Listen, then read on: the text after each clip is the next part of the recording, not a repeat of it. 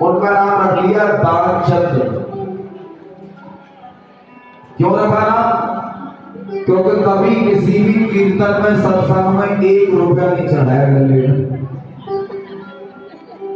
कभी 1 चवन्नी दान नहीं की। जो कभी नहीं देते वो कम से कम आरती के थाल में तो 1 सिक्का चढ़ाई देते, लेकिन वो भी नहीं, जीवन में कभी दान नहीं किया। इसलिए गांव वालों ने और उनका नाम रख दिया क्या? चिड़के, दानचंद। उनको दानचंद बोलते, वो चिड़के। एक दिन उनकी घरवाली धर्मपत्नी कहने लगी, आज पूर्णमासी है, गंगा जी नहाया हो।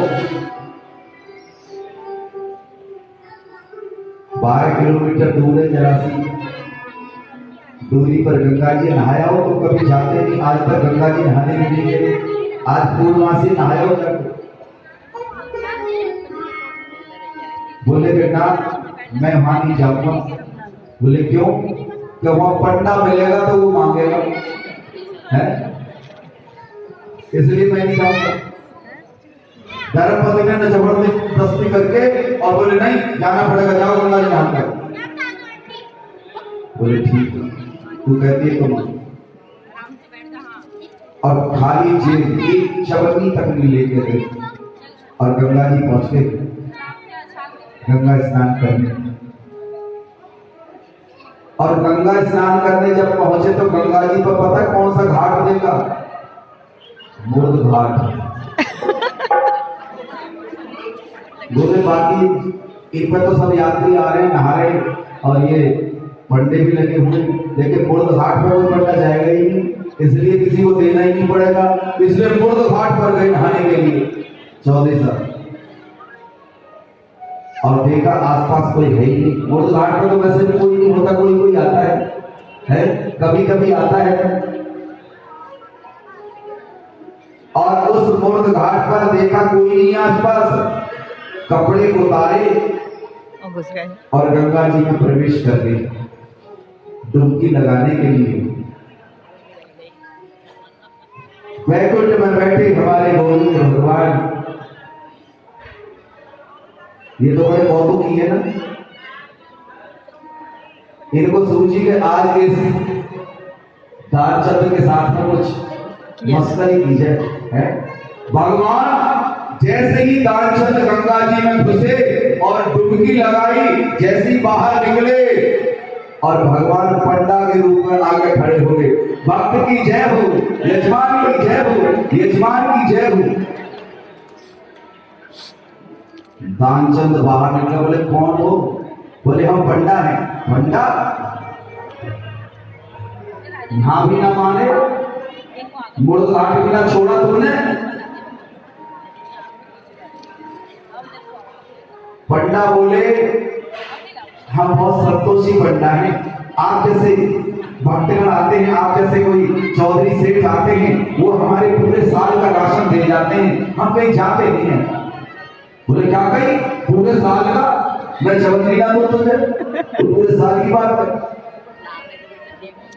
भगवान बोले कोई बात नहीं, अभी नहीं लाए तो उधारी कर जाओ, उधार लिखवा दो, हम आके आपके यहां से ले लेंगे।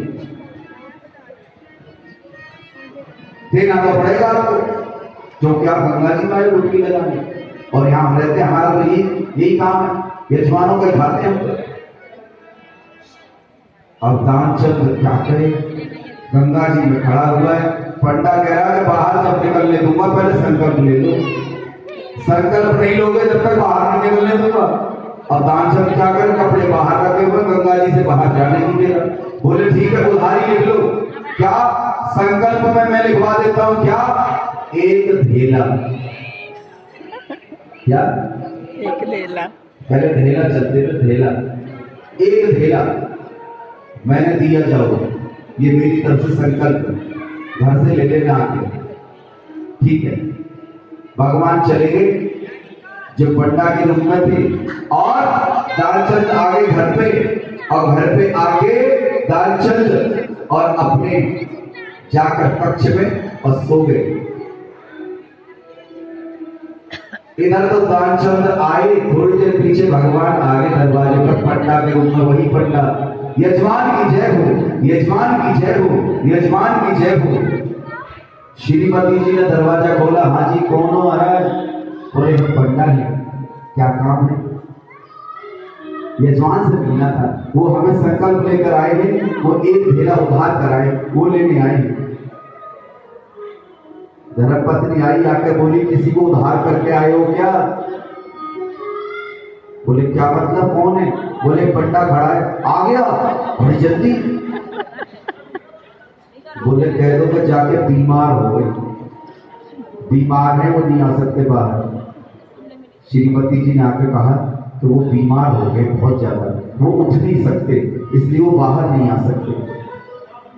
यजमान बोले अरे, भगवान बोले हमारे यजमान बीमार हो गया तो हम अभी जाते हैं, वैद्य को बुलाकर लाते हैं, हकीम को बुलाकर अच्छे से अच्छा इलाज कराएंगे अपने यजमान का।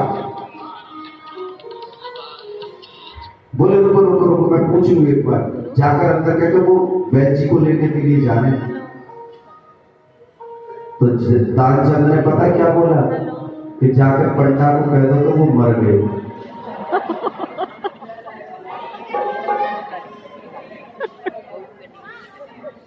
अब तो श्रीमती आई, पत्नी आके कहने और आगे झूठे को रोने लगी, नाटक करने लगी, और मैंने बहुत प्रयास करी और भगवान को प्यारे हो गए।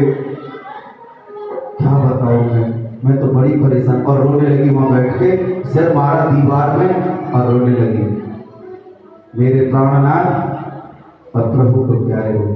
भगवान बोले अरे राम राम, ये तो बहुत बुरा हुआ, हमारा यजमान चला गया, कोई बात नहीं, हम गांव वालों को इकट्ठा करते हैं उनके अंतिम संस्कार के लिए।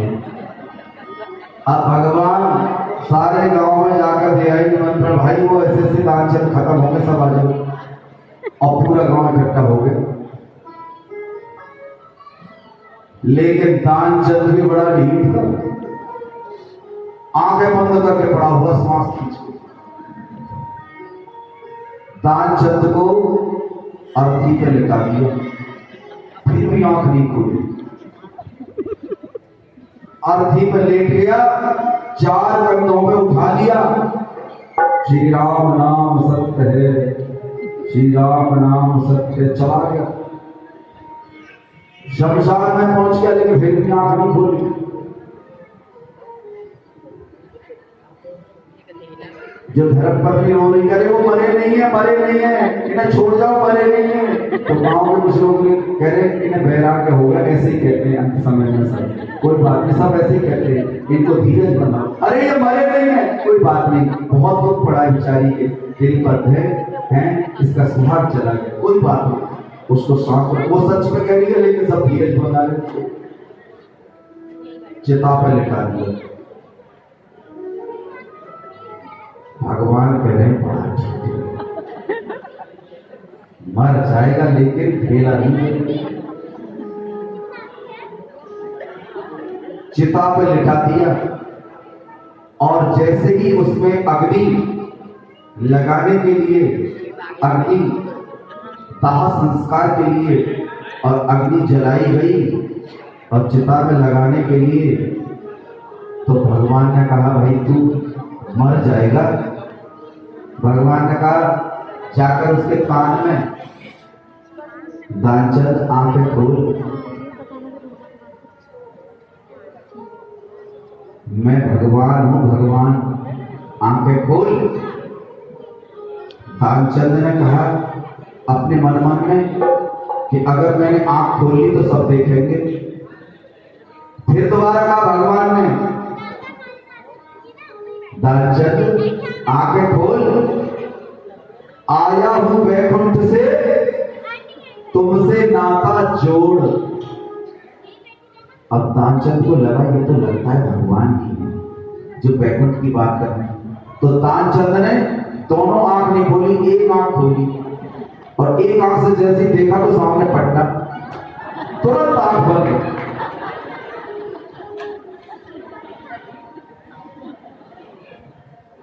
भगवान बोले मर जाएगा, अग्नि बिल्कुल जलने वाली है कि आया हूं वैकुंठ से तुमसे नाता जोड़। भगवान बोले मांग ले, अभी भी वक्त है। तो आंख खोल के कहने लगा मुझे कुछ ना चाहिए, बस एक चीज चाहिए कि जो मैं संकल्प में देकर आया है वो ढेला तो छोड़, जो संकल्प में उधार कर गया बस वो छोड़ दो, बाकी तुम जानो, तुम्हारा काम जाने।